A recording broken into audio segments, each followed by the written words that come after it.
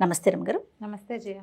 కొంతమంది ఉంటారు రమ్మగారు, నేను దేవుణ్ణి చూడాలి, నిజంగా దేవుడు ఉన్నాడా, లేకపోతే ఏది సాధ్యం కాదో అంటే మన కంటికి కనిపించదో మనం చూడలేకపోతాము దాన్ని లేదు అని క్రియేట్ చేస్తారు. దాని దాకా వెళ్ళే ప్రయత్నం ఉంటుంది చూసారా, మధ్యలో అది చేయలేకపోతారు. అప్పుడు బహుశా నిజంగానే భగవంతుని చూడొచ్చేమో, డైరెక్ట్గా ఒక ఆకారంలో కాకపోయినా వేరే ఒక రూపంలో చూడొచ్చేమో కదా. అంటే నమ్మకం ఉంటే అది నమ్మాలి కదా. ముందు మనకంటూ ఒక నమ్మకం ఉంటే మనం గాఢంగా నమ్మాలి. ఫర్ ఎగ్జాంపుల్ వినాలి. హాస్పిటల్కి వెళ్తారు, ఒక డాక్టర్తో ఏదో మెడిసిన్ తీసుకుంటారు, తగ్గిద్దో తగ్గదో ఏమవుతుందో అని అనుకుంటే అసలు ఆ మందు ఎలా పనిచేస్తుంది? మందు వాడుతుంటారు కానీ నమ్మకంగా ఉండదు. కానీ ఆ మనిషి మీద నమ్మకం ఉంటేనే కదా మనకు అది పని చేసేది కదా రమ్మగారు. ఎప్పుడు అలాగే ఉంటుంది. మనం ఏదైనా విషయం చెప్పేటప్పుడు మనం ఎంత గాఢంగా దాన్ని నమ్ముతున్నాం అనే దాన్ని బట్టి. ఇప్పుడు భగవంతుడి కథలు చెప్తాం, వింటారు, మనమే చెప్తాం. చెప్పేవాడికి ఒక నమ్మిక ఉండాలా? వినేవాడు నమ్మకంతో వింటాడు, విన్నవాడు నమ్మకంతో వింటాడు, వాడు దాన్ని చూడగలుగుతాడు. చెప్పేవాడికి కూడా ఆ నమ్మకం ఉండాలి. కొన్ని భక్తి కథలు, పరమార్థ కథలు భలే విచిత్రంగా ఉంటాయి జయ. పూర్వం అంటే మధుర నగరం అంటే ఎక్కడ? బృందావనం మధుర. అక్కడ మధురలో ఒక సంపన్నుడి ఇంట్లో ఏకాదశి నాడు కథాకాలక్షేపం జరుగుతుందట. కథాకాలక్షేపం అంటే ఏకాదశి నాడు రాత్రి తెల్లవార్లు మెలకుగా ఉండాలి. అయితే ఆ పూట ఒక ఆయన భాగవతం చెప్తున్నారు, భాగవత గాథలు. అయితే అదే సమయానికి ఇంతమంది సంపన్న గృహస్థు ఇంట్లో ఇల్లంతా వెలుగు, చాలా మంది జనాలు చేత బయట బళ్ళు గిళ్ళు ఉండేసరికి ఒక దొంగవాడు, భగత్ అతని పేరు, ఆ భగతుడు అనే దొంగ ఆ ఇంట్లోకి ప్రవేశించాడు. ప్రజలంతా చాలా ఉత్సుకతతోటి తదేక ధ్యానంతో భాగవత కథలు వింటున్నారు. ఈ దొంగవాడు వస్తువులు ఏమేమినే సంగ్రహం చేయటం కోసం చూస్తూ వాడు కూడా ఈ కథ విన్నాడు. ఆ కథలో ఆయన ఏం చెప్తున్నాడు? యశోదాదేవి పిల్లలిద్దరిని నిద్ర లేపింది. ఒకడు నల్లవాడు, ఒకడు ఎర్రవాడు. నిద్ర లేపింది. అక్కడి నుంచి బాలకులంతా వచ్చారు. గోపబాలుడంతా చక్కగా తయారయ్యి సద్దెనాలు పట్టుకుని వాళ్ళకి తగిన నగలు ధరించి అందంగా అలంకరించుకుని గోవులు తోలుకుంటూ కృష్ణుణ్ణి బలరాముణ్ణి పిలుస్తున్నారు. రండి రండి, మీరు రాకపోతే దేవాలయం గోవులు నడవ్వు. కృష్ణ, నువ్వు రాకపోతే ఎట్లా? నువ్వు మురళి పోదకపోతే కుదరదు. ఏది నీ సువర్ణ మురళి ఎక్కడుంది? తీసుకురా అని పిలుస్తున్నారు. పిలుస్తుంటే యశోదాదేవి పిల్లలిద్దరిని లేవదీసింది. అక్కడి నుంచి స్నానాలు చేయించింది. ఆ తర్వాత చక్కగా చెరుకో పంచ కట్టించింది, పట్టు పంచలు కట్టింది, మెడ నిండా నగలు, తర్వాత ఏమో కొప్పున ఒక ఇది చుట్టి నెమలి కన్ను పెట్టి ముత్యాల సరాలు వెళ్లాడేసింది. దగాయమానంగా ఉన్న నగలతోటి కృష్ణుడు బలరాముడు వెలిగిపోతున్నారు. వెలిగిపోతున్న ఇద్దరు, బంగారు మురళి తీసుకున్న కృష్ణుడు, బంగారు పొన్నుకర్ర ధరించిన బలరాముడు చక్కగా గోవులు తోలుకుని వెళ్తున్నారు బృందావనం వైపు. ఈ దొంగ అంతా వింటున్నాడు. వాడికి బంగారం బంగారం బంగారం వినిపిస్తున్నాడు, అనర్ఘరత్నాలతో ఉన్న వస్తువులు. అంతకుముందు గోపబాలురు కూడా అలంకరించుకున్నారు నగలు శక్తి అనుసారం. వాళ్ళ దగ్గర కొన్ని ఉన్నాయి. వీళ్ళమ్మే వాడికో పట్టు పంచ, వీడికో పట్టు పంచ కట్టింది. పట్టు పంచలు కట్టగలిగే అంటే నగలుంటాయి వాళ్ళ ఇంట్లో. అవును కదా కదా. పైగా వీళ్ళు ఏమైనా పెళ్లికి వెళ్తారా, పేరెంటానికి వెళ్తున్నారా? గోవులు గాయడానికి వెళ్తున్న పిల్లలకి పంచలు కట్టి పట్టు పంచలు కట్టిందంటే నగలు మంచివి, బోళ్ళు నగలున్నాయని చెప్తున్నాడు. ఆభరణాలు ఇన్ని ధరించారని చెప్తున్నాడు. అంతా విని ఈ ఇంటి వెనకాల ఆ ఇంటి వెనకాల పడ్డం ఎందుకు? వాళ్ళెవరో పిల్లల గురించి చెప్తున్నాడు కదా, వాళ్ళు ఎక్కడుంటారో కనుక్కుని అయ్యవారిని కనుక 2 నెలలేసి కనుక్కుంటే పోయి వాళ్ళ ఇంటికి వెళ్ళి తెచ్చుకోవచ్చు. వాడి తెలియదు. విన్నాడు విన్నాడు విన్నాడు మధ్య మధ్యలో కథలోకి వెళ్ళిపోతున్నాడు, ప్రవాహంలోకి. గోవుల్ని ఎట్లా తోలుకెళ్తున్నారు, ఎట్లా ఆడుతున్నారు, ఎట్లా కాళీ మర్దనం చేశాడు, ఏమిటేమిటేమిటో అంతా ఊగాడు నిద్రపట్టి ఈ ఇంట్లోంచి ఒక్క వస్తువు తీసుకోవాలి. కాస్త కునుకు పట్టేసరికల్లా 3:30, 4 అయిపోయింది. సరే లేచాడు. 4 అయ్యేసరికల్లా అయ్యవారు కూడా లేచి బయలుదేరాడు. అయిపోయింది కదా, అయిపోయింది కదా. అక్కడి నుంచి దొంగ భగతుడు ఏం చేశాడు? అయ్యవారు నడిచిపోతుంటే ఆయన వెనకాల పడ్డాడు. ఆయన 2-3 సందులు తిరిగి ఇంట్లోకి వెళ్ళంగానే ఈ దొంగ కూడా వాళ్ళ ఇంట్లోకి పోయాడు.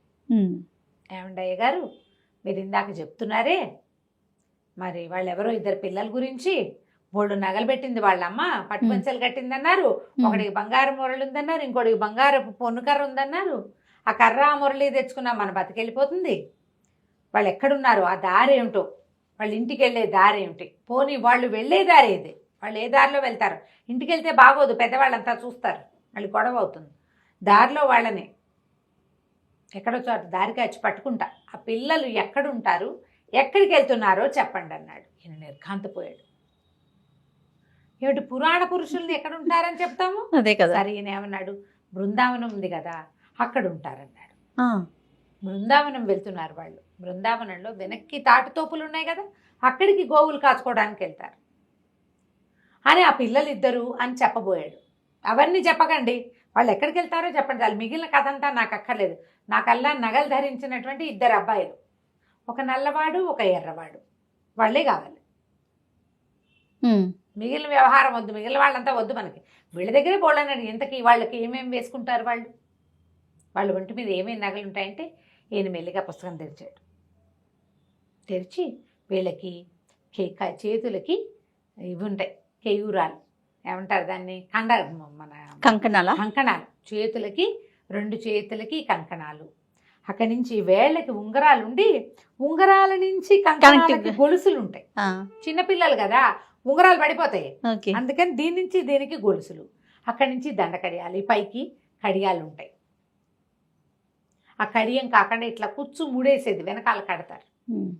అక్కడి నుంచి ఈ కొప్పు వేస్తారు కదా, కొప్పుకి ముత్యాలు వేళ్లాడుతూ ఉంటాయి. చెవులకి కుండలాలు ఉంటాయి, మకర కుండలాలు ఇద్దరికి. మెడలో పైకి ఒక మాలుండి, కిందకి నల్లబ్బాయికి కౌస్తుభమణి ఉంటుంది, ఇంత మణి నల్లవాడికి ఉంది, వాడి కుండల మీదే ఉంటుంది అది. పొడుగాటి ముత్యాల హారాలు. ఈయన ఒంటి మీద ముత్యాలు కనపడతాయి నల్లబ్బాయి మీద. ఎర్రబ్బాయి మీద ముత్యాలు పెద్దగా కనిపించవు, ఆయన కొంచెం తెల్లగా ఉంటాడు, అందుకని ఆయన మెడలో రత్నాల హారాలు ఉంటాయి. కాళ్ళకి కడియాలు ఉన్నాయి, కింద పాంజేబులు, పైన కడియాలు. నడువుకి దట్టి ఉంటుంది కదా, దట్టికి కూడా మొలనూలు కూడా బంగారపు మొలనూలే వాళ్ళవి అని చెప్పాడు. అవన్నీ చదివి చెప్పాడు.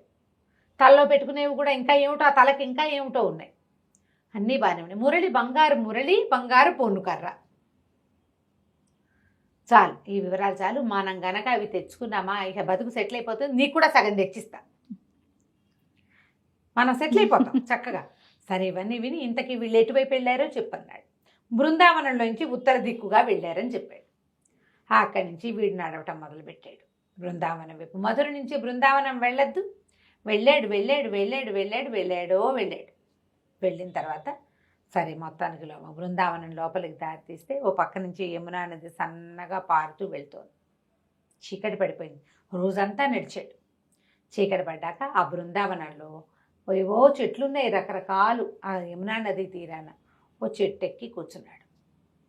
వాళ్ళు చీకటి పడ్డాక వస్తారనుకున్నాడు, లేదా తెల్లారేకి వస్తారు, మనం ఇప్పుడు పడుకుంటాం, రేపు పొద్దున్నే వస్తారు. గోవులు తోలుకునేది పొద్దుట, సాయంత్రాలు రారు కదా, పొద్దున్నే వస్తారు. సరే చెట్టు ఎక్కితే కొంచెం మాగన్నుగా నిద్రపడుతుంటే ఎక్కడి నుంచో మురళీగానం వినపడుతోంది. వచ్చేసారు అనుకున్నాడు. అది రాత్రి స్పృహ లేదు, ఆ స్వరూపాల్లోకి వెళ్ళిపోయాడనమాట. ఇన్ని నగలు పెట్టుకున్న బాలకుమారులు ఇద్దరు, వాళ్ళ రూపవర్ణనలోకే వాడి బుద్ధి. వీళ్ళు చూస్తూ ఉంటే దూరం నుంచి ఆవులు, ఎవరెవరెవరెవరో ఇంత పిల్లలు, వాళ్ళ మధ్యలో పెద్ద మణిహారంలో కౌస్తుభమణుల్లాగా వెలుగుతున్నారు ఇద్దరు. నల్లటి వాడు ఒక 9 ఏళ్ల వాడు ఒకడు, ఓ 10 ఏళ్ళు ఉంటాయి ఇంకొకడు, తెల్లగా ఎర్రగా మెరుస్తూ. చేతిలో ఓ కర్ర ఉంది వాడి చేతిలో. ఈ చిన్నవాడి చేతిలో ఓ మురళి ఉంది, ఆ మురళి ఊతున్నాడు. వాళ్ళు తన కింద నుంచే వెళ్తున్నారు. వీడు అట్లా మైమరిచి చూస్తూ ఉన్నాడు. చూస్తుంటే ఆభరణాలు కనపడుతున్నాయి, ముత్యాల హారాలు, వజ్రాలు, ఏమిటో బంగారం, చెవులకేవో కుండలాలు, ఉంగరాలు, కంకణాలు, కడియాలు. నడుస్తుంటే గల్లు గల్లు గల్లుమని పాదాల చప్పుడు వినపడుతోంది. మురళి, దానికి వాయిద్య ఘోష పక్కనున్న తాళంలాగా అవి, ఆవుల గిట్టలు, గోధూళి, ఏమిటో కిలకిలమని నవ్వులు. ఇక అసలు ఒక మైమరిచిపోయాడనమాట. వచ్చేస్తున్నాయి దగ్గరికి. బాగా దగ్గరికి వచ్చాక చెట్టు మించి దూకాడు. దూకి ఆపాడు. ఏ అబ్బాయిలు మీ ఒంటి మీద ఉన్న నగలు ఇవ్వండి. మేము ఎందుకు ఇవ్వాలి, మేము ఇవ్వమన్నాడు నల్లవాడు. ఇవ్వమన్నాడు. మా నగలు నీకెందుకు అన్నాడు. కాదు నాకు కావాలి, నగలు కావాల్సిందే, ఇవ్వం, ఏం చేస్తామన్నాడు. కర్రను చూసావా, ఒక్క పెట్టు పెడతానన్నాడు. ఏది కొట్టు చూద్దామన్నాడు అబ్బాయి. ఈ దొంగ చెయ్యెత్తి ఇట్లా పట్టుకున్నాడు పిల్లాడు. పట్టుకునేసరికల్లా ఒక వెర్రెత్తినట్టు ఒక ఉద్వేగం వచ్చింది వాడికి. స్పర్శ తగిలేసరికి ఆ కృష్ణ స్పర్శ తగలంగానే వాడికి ఒళ్ళు జిగేల్మంది అనమాట. లోపల ఏదో వాడికి అప్పటిదాకా ఏముంది, ఈ వర్ణనలో ఒక మైమరుపు, చూసేసరికల్లా ఇంకో దాంట్లోకి వెళ్ళిపోయాడు. ముట్టుకునేసరికల్లా పూర్తిగా లోపల ఒక విద్యుత్ తరంగంలాగా ఉందన్నమాట. అది ఏమిటో తెలియటల్లా. అక్కడి నుంచి తీసుకో నగలన్నారు. ఇవన్నీ ఎట్లా పట్టుకెళ్ళను నేను అంటే, ఇదిగో పై బట్టని ఏం చేశాడు, దుప్పటి ఉంది వాళ్ళ భుజాల మీద, ఎక్కడైనా పరుచుకుని కూర్చోవటం కోసం కమ్మళ్ళు వేసుకొస్తారు, ఒక దుప్పటి లాంటిది, ఓ దుప్పటి పరిచారు. మొత్తం ఇద్దరు నగలన్నీ తీసి అందులో పోసారు. పొన్ను కర్ర, ఇంత పెద్ద కర్ర కాదు అది, కొంచెం అంతుంది, చేపాటి కర్ర, అదిలించటానికి బంగార పొన్నుంది దానికి. అవన్నీ అందులో వేసి మూట కట్టి ఎత్తి భుజం మీద పెట్టారు. తీసిపో. వాడు ఆ నగల మూట పుచ్చుకుని వాళ్ళిద్దరికి వేసి అలా తెల్లమొహం వేసి చూస్తూ నడుచుకుంటూ వచ్చేసాడు. నగలు వాడికి కావాల్సింది. నడిచి నడిచి నడిచి నడిచి ఈ భాగవతుడి ఇంటికి వెళ్ళాడు. మర్నాడు ఇది ఇవాళ రాత్రి మాట్లాడాడు. తెల్లవార్లు నడిచి ఆ రాత్రికి వెళ్ళని చూశాడు. మళ్ళీ తెల్లవార్లు నడిచి కాస్త అటు ఇటుగా చీకటి పడుతుండగా అక్కడికి వెళ్ళాడు. వెళ్ళి ఆ నగలు చూపించాడు ఆయనకి. నిర్ఘాంతపోయాడు ఆయన. ఏమిటి, నల్లవాడిని తెల్లవాడిని నువ్వు చూసావా అంటే, చూశాను. ఇంతంత పిల్లలు, భలే అందగాళ్ళు, వాడి కన్నే కన్ను, వాడి నవ్వే నవ్వు, వాడి రూపే రూపు, ఇంతే ఉన్నారు. నువ్వు చెప్పినట్టే అవే నగలు. ఇదిగో పోనీ వీడు చూడలేదంటానికి నగలు కనపడుతున్నాయి సాక్ష్యం. బంగారపు మురళి, మిగిలిన వస్తువులు ఎవరి దగ్గర ఉంటాయి, ఒక మణి, అవి ఎంత ఖరీదు ఉంటాయని మొదట అడిగితే ఆయన కోట్లు చేస్తాయన్నాడు. అవన్నీ దగదగలాడుతూ కనపడుతున్నాయి. ఏది ముట్టుకున్నా ఒళ్ళు జల్లు జల్లు మనిపోతుంది. కాంతిపోయాడు. ఇవే మనకు కావాల్సింది, దీన్నేం చేసుకుంటా, ఇవెందుకు బాబు, నీకు ఇవి ఇచ్చిన వాళ్ళు ఎవరినో నాకు చూపిస్తావా అన్నాడు. నువ్వే కదుటయ్యా చెప్పావు అన్నాడు. నేను చెప్పా కానీ నేను ఎప్పుడు చూడలా, పుస్తకంలోనే చూసా, నిజంగా నేను చూడలేదు, నన్ను కూడా తీసుకెళ్ళాను. సరే పదన్న. నగలన్నీ మళ్ళీ మూట భుజాన్ని వేసుకుని భాగవతుడు దొంగ ఇద్దరు కలిసి బయలుదేరారు బృందావనానికి. చెట్టెక్కి కూర్చున్నారు. ఇదిగో వస్తారు, అదిగో వస్తారు, అదిగో వస్తారు అన్నాడు. గంటలు గడిచాయి. అదిగో వచ్చేసారు అన్నాడు. వచ్చారు, వీడు కనపడ్డే. భాగవతుడికి ఏమీ కనిపించట్లా, దొంగకే కనిపిస్తున్నారు. అక్కడి నుంచి బాబు మళ్ళీ ఎందుకు వచ్చావో అని అడిగాడు నల్లవాడు. అడిగితే, నేను భాగవతుడిని తీసుకొచ్చాను, ఆయనకి చూపించడానికి వచ్చాను, నీ నగలు నువ్వే తీసుకో, నాకొద్దు, నగలు తీసుకో, నాకు అక్కర్లేదు, చూస్తే చాలన్నాడు ఆయన. నేను నిన్ను చూసా కదా, నేను నిన్ను చూశానడానికి సాక్ష్యంగా నగలు కూడా చూపించా కదా, నాకు అదే చాలు, మీ నగలు మీరు తీసుకోండి అని ఒక్కో వస్తువు ఎత్తి మెళ్ళో పెట్టాడు పిల్లలిద్దరికి. ఆ మురళి అబ్బాయి చేతికిచ్చి ఆ కర్ర పెద్ద అబ్బాయి చేతికిచ్చాడు. ఈ లోపల గోల్మని ఏడ్చాడు భాగవతోత్తముడు. నాకేమీ కనిపించట్లేదు, నేనెవరిని చూడలేకపోతున్నా, నువ్వెవరితో మాట్లాడుతున్నావో నాకు తెలియటం లేదు అని. పాపం ఈ దొంగ అడిగాడు, నువ్వు కనిపించట్లేదుట అంటే, సరే నా చేయి పట్టుకుని నువ్వు ఓ భాగవతుడు చేయి పట్టుకో అని చెప్పాడు కృష్ణుడు. పిల్లవాడి చేయి పుచ్చుకున్నాడు దొంగ. వాడిలోంచి ఒక అనంత విద్యుత్ ప్రవాహం ఆ భాగవతుడి చేతిలోకి వెళ్ళింది. అప్పుడు ఆయనకు ఆ జ్ఞాన నేత్రం తెరుచుకుని ఈ వ్యక్తుల్ని చూడడం మొదలుపెట్టాడు. జగన్మోహనాకారుడుగా ఉన్న పిల్లాడు కృష్ణుడు, అంత దీటైన రూపంతో ఎర్రగా తెల్లగా మెరిసిపోతున్న బలరాముడు, అశేషమైన గోసంపద, ఎంతమందో గోపాలకులు, విపరీతంగా నగలు ధరించిన ఆ పిల్లలిద్దరిని చూశారు కల భాగవతోత్తముడు నేల మీద పడిపోయాడు సాష్టాంగం. ఈ దొంగకి దండం పెట్టడం తెలియదు. వాడు ఆ సౌందర్య ప్రవాహంలో పడి కొట్టుకుపోతున్నాడు. వాడు భాగవతుడు చెప్తూ ఉంటే అది విని విని విని బుర్రకెక్కించుకున్నాడు. నిజంగా ఇట్లాంటి ఆకర్ణాంత దీర్ఘనేత్రాలున్న ఒక పిల్లవాడు, నల్లటివాడు, ఇన్ని నగలు ధరించిన వాడు, అన్నయ్య సహాయంగా ఉన్నవాడిని నమ్మాడు, నమ్మి చూడగలిగాడు. ఇలా ఉంటాడని చెప్పిన వాడు కథ చెప్తున్నాడు కానీ విషయం లేదు బుర్రలో.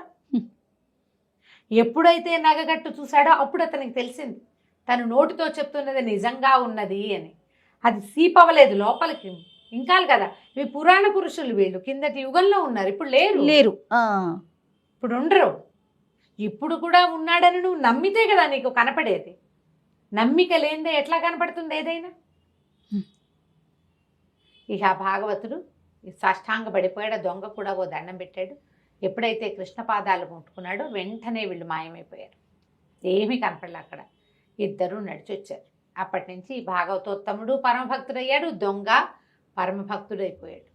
వాళ్ళిద్దరూ కలిసి ఆ బృందావనంలోనే ఎంతకాలమో భగవంతుని గాథలు కీర్తనలు ప్రజలకి తెలియజేస్తూ ఉన్నారు.